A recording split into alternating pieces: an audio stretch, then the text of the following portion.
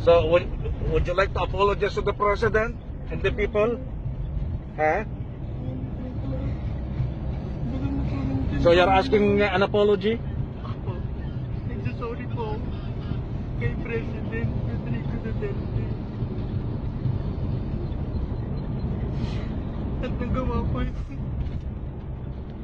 tweet na yun.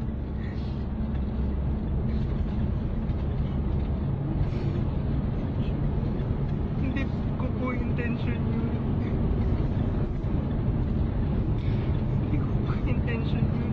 So, what made you convinced to do that? Sa totoo po kasi,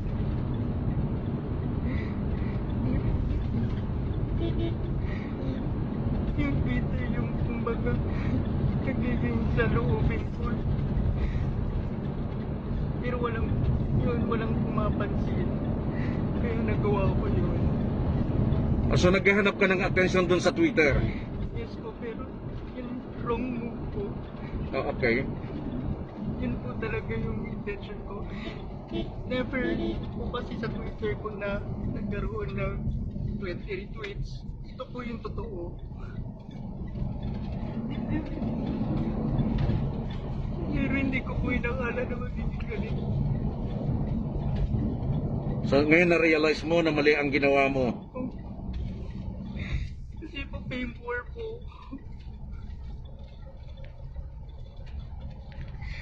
Marami pa po pangalan. So, Ronel, naghanap ka lang talaga ng atensyon. Yes po. Naghanap lang talaga ako ng attention. So, sa kasalukuyan ay nagtuturo ka, di ba? Yes po. Ano na yung school mo? Hindi ko na po sabihin. Okay lang, okay lang. Sige.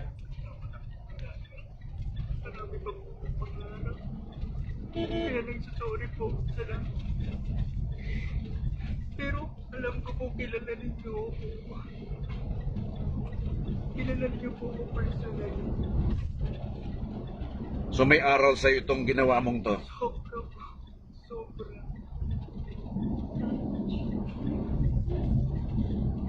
Na-depress na po. Okay. Ronel, maliwanag naman na ang pag-amin mo from your heart. So, we will do our best na i-extend ang pag-intindi sa'yo. Alright? National security ang kinahinatnan nito.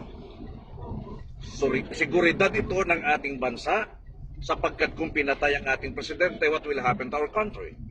Klaro ko lang po sa ako nakuha yung 50 million. Yes. Para po maging iwan ko kung kwela pero mali po talaga yung uso. Tinapatan ko po sa 50 million ni Duterte na pag ano rin sa pag ano ng vaccine. Kaya sorry. I see.